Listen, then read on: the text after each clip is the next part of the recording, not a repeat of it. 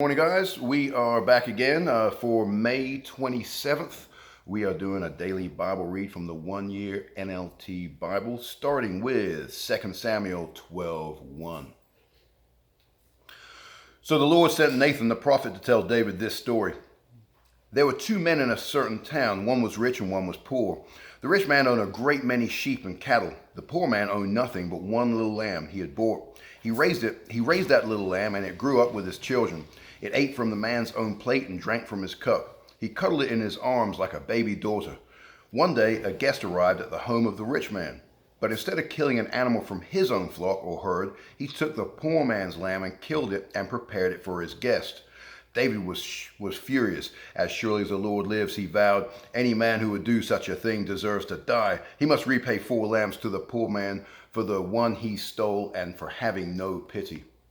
Then Nathan said to David, you are that man. The Lord, the God of Israel, says, I anointed you king of Israel and saved you from the power of Saul. I gave you your master's house and his wives and the kingdoms of Israel and Judah. And if that hadn't been enough, I would have given you much, much more. Why then have you despised the word of the Lord and done this horrible deed? For you have murdered Uriah the Hittite with the sword of the Ammonites and stolen his wife. From this time on, your family will live by the sword, because you have despised me by taking Uriah's wife to be your own. This is what the Lord says, because of what you have done, I will cause your own household to rebel against you. I will give your wives to another man before your very eyes, and he will go to bed with them in public view. You did it secretly, but I will make this happen to you openly in the sight of all Israel. Then David confessed to Nathan, I have sinned against the Lord. Nathan replied, yes, but the Lord has forgiven you, and you won't die for this sin. Nevertheless, because you have shown utter contempt for the Lord by doing this, your own child will die. After Nathan returned to his home, the Lord sent a deadly illness to the child of David and Uriah's wife. David begged God to spare the child. He went without food and lay all night on the bare ground. The elders of his household pleaded with him to get up and eat with them, but he refused. Then on the 7th day, the child died. David's advisors were afraid to tell him. He wouldn't listen to reason while the child was ill. They said, what drastic thing will he do when we tell him the child is dead? When David saw them whispering, he realized what had happened. Is the child dead? He asked. Yes, they replied, he is dead. Then David got up from the ground, washed himself, put lotions, and changed his clothes.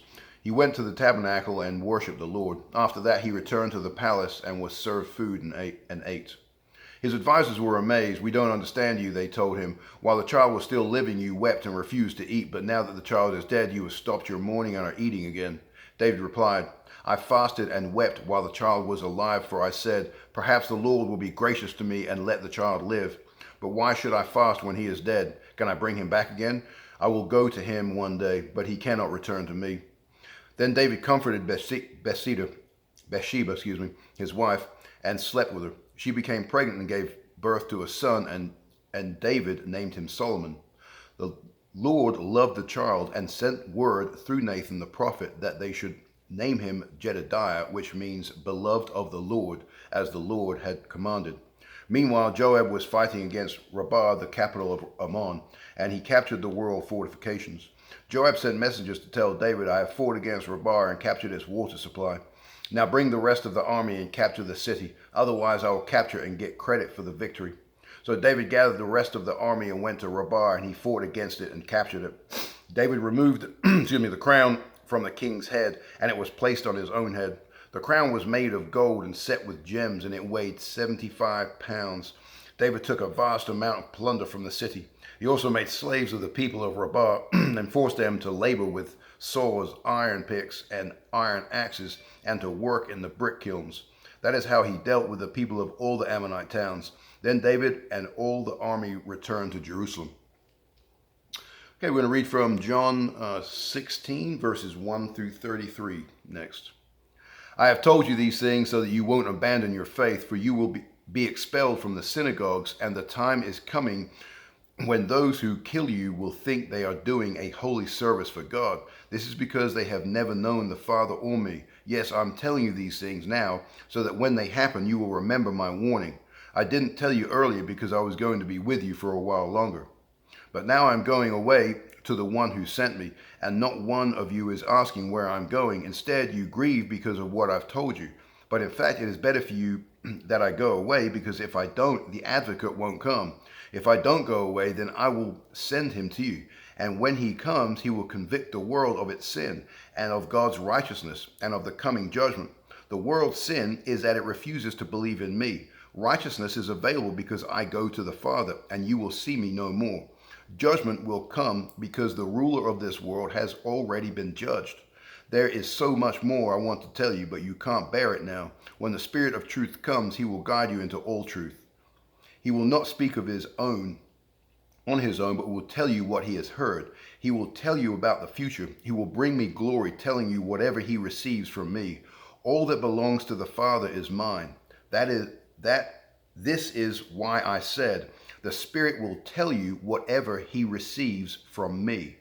In a little while you won't see me anymore, but a little while after that you will see me again.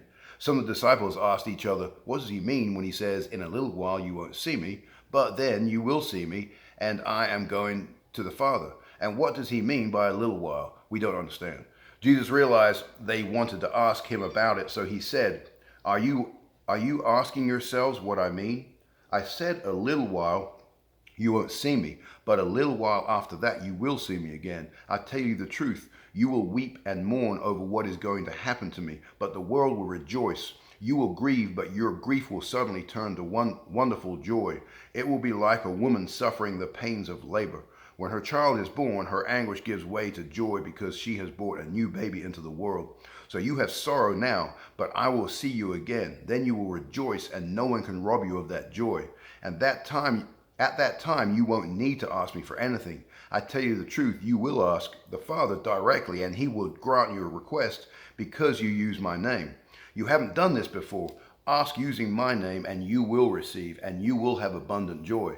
I have spoken of these matters in figures of speech, but soon I will stop speaking figuratively, and I will tell you plainly about the Father. Then you will ask in my name. I'm not saying I will ask the Father on your behalf, for the Father himself loves you dearly, because you love me and believe that I came from God. Yes, I came from the Father into this world, and now I leave the world and return to the Father. Then his disciples said, At last you're speaking plainly and not figuratively. Now we understand that you know everything, and there's no need to question you. From this we believe that you came from God. Jesus asked, Do you finally believe? But the time is coming, indeed, it's here now, when you will be scattered, each one going on his own way, leaving me alone. Yes, I am not alone, because the Father is with me. I have told you all this so that you may have peace in me. Here on earth you will have many trials and sorrows, but take heart, because I have overcome the world. All right, I'm going to read from Psalm 119. And we're going to go with verses 65 through 80. Excuse me, allergies kicking up. All right, Psalm 119, 65 through 80. You have done many good things for me, Lord, just as you promised. I believe in your commands. Now teach me good judgment and knowledge. I used to wander off until you disciplined me, but now I closely follow your word. You are good and do only good. Teach me your decrees. Arrogant people smear me with lies, but in truth I obey your commandments with all my heart. Their hearts are dull and stupid, but I delight in your instructions. My suffering was good for me, for it taught me to pay attention to your decrees. Your instructions are more valuable to me than millions in gold and silver. You have made me, you created me. Now give me the sense to follow your commands. May all who fear you find in me a cause for joy, for I have put my hope in your word. I know, O Lord, that your regulations are fair. You disciplined me because I needed it. Now let your unfailing love comfort me, just as you promised me, your servant. Surround me with your tender mercy so that I may live. For your instructions are my delight. Bring disgrace upon the arrogant people who lied about me. Meanwhile, I will concentrate on your commandments. Let me be united with all who fear you, with those who know your laws. May I be blameless in keeping your decrees, then I will never be ashamed.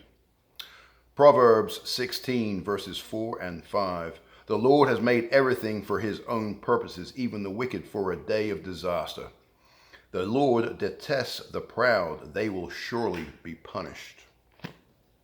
You guys have a great day, and God bless.